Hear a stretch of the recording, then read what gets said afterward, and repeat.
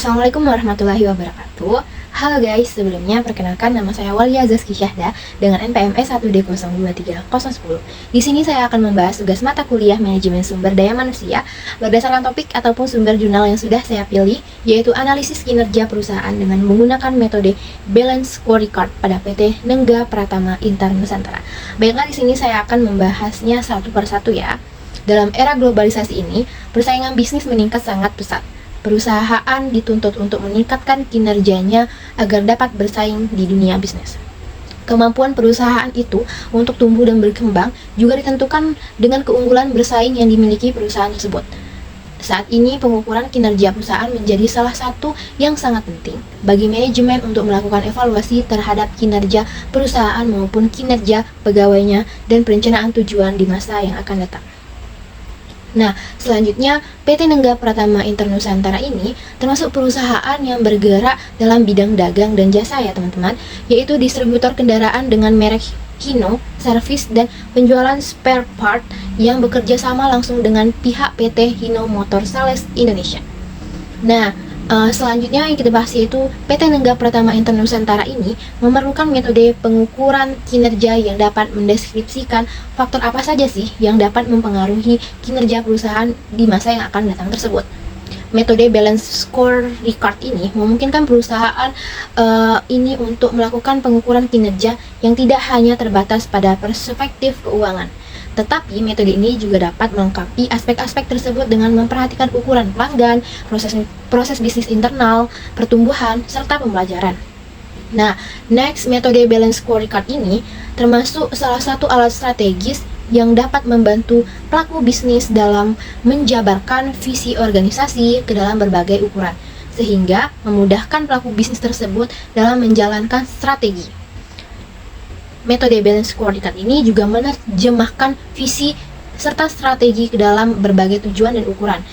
Nah, ini tersusun dalam 4 perspektif, yaitu yang pertama keuangan atau finansial, yang kedua pelanggan, yang ketiga proses bisnis internal, dan yang keempat itu pembelajaran dan pertumbuhan. Baik, jika dalam 3 perspektif non-keuangan tersebut, seperti perspektif pelanggan, perspektif proses bisnis internal, dan perspektif pertumbuhan dan pembelajaran, dapat dikelola dengan baik maupun sangat baik, maka kinerja perusahaan dalam jangka panjang akan terakomodasi dengan baik juga, karena ketiga kegiatan operasional ini merupakan pemicu atau pemandu yang akan menentukan kinerja perusahaan di masa yang akan datang tersebut. Oke, selanjutnya PT Nengga Pratama Intar Nusantara menerapkan metode Balance Score untuk mengukur efisiensi dan efektivitas strategi, sehingga membantu perusahaan agar mengetahui sasaran-sasaran apa saja yang sulit diukur. PT ini membutuhkan sebuah data akurat seputar keuangan dan non-keuangan yang lengkap, baik untuk mengukur kinerja dan sisi keuangan dengan cara perhitungan rasio profitabilitas, ROE, dan profit margin. Sedangkan untuk mengukur kinerja dari sisi non-keuangan dengan cara mengukur segala aspek sumber daya manusia. Apakah perusahaan mampu mempertahankan pelanggannya, seberapa baik perusahaan dalam menjalankan proses bisnis internal, dan apakah perusahaan dapat melakukan perubahan agar dapat berkembang dan menciptakan masa depan. Secara keseluruhan, konsep Balance Scorecard ini sangat diterapkan untuk mencapai tujuan, visi, dan misi perusahaan ke depan. Balance Scorecard dapat memperluas perspektif yang dicakup dalam perencanaan strategis. Perluasan 4 perspektif tersebut menghasilkan manfaat, yaitu menjanjikan kinerja keuangan yang bersifat ganda dan jangka panjang, serta memampukan perusahaan untuk memasuki lingkungan yang kompleks.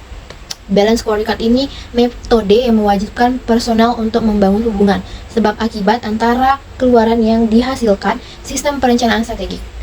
Metode ini juga dapat mengukur sasaran strategik yang sulit untuk diukur dan keseimbangan sasaran strategik.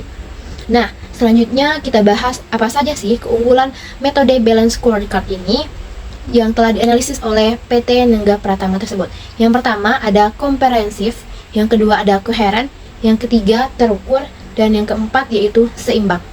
Setelah keunggulannya, tentu saja ada kelemahan dari metode Balance Scorecard tersebut. Yang pertama ada korelasi yang buruk antara ukuran non-keuangan dengan hasilnya. Nah, yang kedua kelemahannya itu terpaku pada hasil keuangan.